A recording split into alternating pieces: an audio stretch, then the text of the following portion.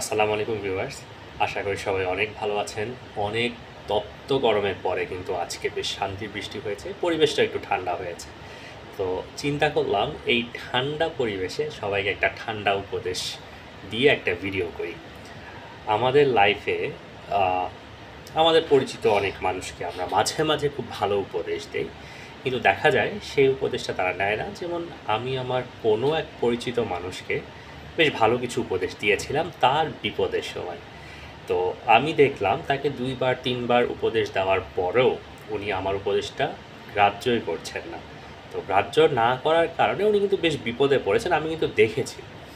এরপর যখন উনি আমাকে কোনো উপদেশ চাইতে আসতেন বা উনি ওনার দুঃখের কথা আমাকে বলতে আসতেন, আমি জাস্ট চুপ করে শুনতাম। তো মোরাল অফ দ্য স্টোরি হচ্ছে, আমরা যখন কাউকে উপদেশ দিব, সেটা আমাদের পরিচিত লোকজন হোক, আমাদের ফ্যামিলি মেম্বার হোক, অথবা আমার ক্লোজ ফ্রেন্ড হোক, তারা যদি সেই উপদেশ গ্রাহ্য না করে, তাকে সিম্পলি উপদেশ দেওয়া বন্ধ করে দেওয়া। দ্যাট মিনস যে জাহান্নামে যেতে চায়, তাকে লাথি দিয়ে সুন্দর করে জাহান্নামের চৌরাস্তায় পাঠিয়ে দেওয়া। তো আপনারা এই পদ্ধতিটা ফলো করে দেখবেন, আপনাদের লাইফেও নিশ্চয়ই এরকম অনেক মানুষজন আছে যাদেরকে আপনারা ভালো চাইলেও তারা, আমরা যে তাদের ভালো চাচ্ছি তারা সেটা যে বুঝছে না। আপনারা কিন্তু কমেন্ট করে জানাবেন আপনারা এই পরিস্থিতি ফেস করেছেন কিনা। অসংখ্য ধন্যবাদ।